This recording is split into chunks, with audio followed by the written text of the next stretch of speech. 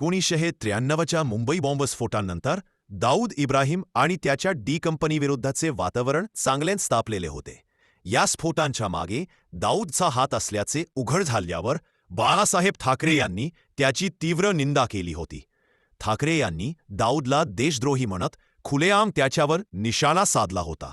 त्यांच्या भाषणांमधून आणि सामना या शिवसेनेच्या वर्तमानपत्रातून ते सतत दाऊदवर हल्ले करत राहिले. ठाकरे यांच्या या बेधडक बोलण्यामुळे दाऊद प्रचंड चिडला होता. त्याला वाटू लागले की जर बाळासाहेब ठाकरे यांचा आवाज शांत केला नाही तर पुढे मुंबईत आपला धंदा चालवणे खूप अवघड होईल. हीच भावना मनात घेऊन दाऊद इब्राहिमने बाळासाहेब ठाकरे यांना संपवण्याचे काम आपल्या विश्वासू साथीदार अबू सलेमला दिले. अबू सलेमने हे काम पार पाडण्यासाठी राजेश इगवे नावाच्या माजी पोलीस अधिकाऱ्याची निवड केली.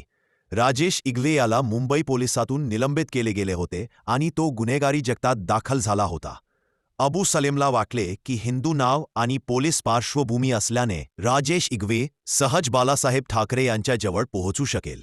राजेश इगवेने एका सामाजिक विषयावर चर्चा करण्याच्या बहाण्याने बाळासाहेब ठाकरे यांच्याशी भेट ठरवली.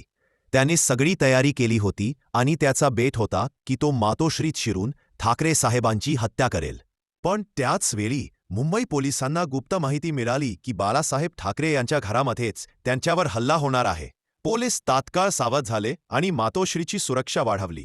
राजेश इगवे जेव्हा ठाकरे साहेबांना भेटायला जात होता तेव्हाच पोलिसांनी त्याला अडवले. त्यानंतर पोलीस आणि इगवे यांच्यात चकमक झाली. इगवेने गोळीबार सुरू केला पण पोलिसांच्या प्रत्युत्तरात तो ठार झाला. अशा रीतीने दाऊद इब्राहिमच्या भयानक प्लॅन फसला. व्हिडिओ आवडल्यास फॅक्टेज स्टोरीज चॅनलला सबस्क्राईब करा, कारण आपण असे व्हिडिओ रोज आणतो.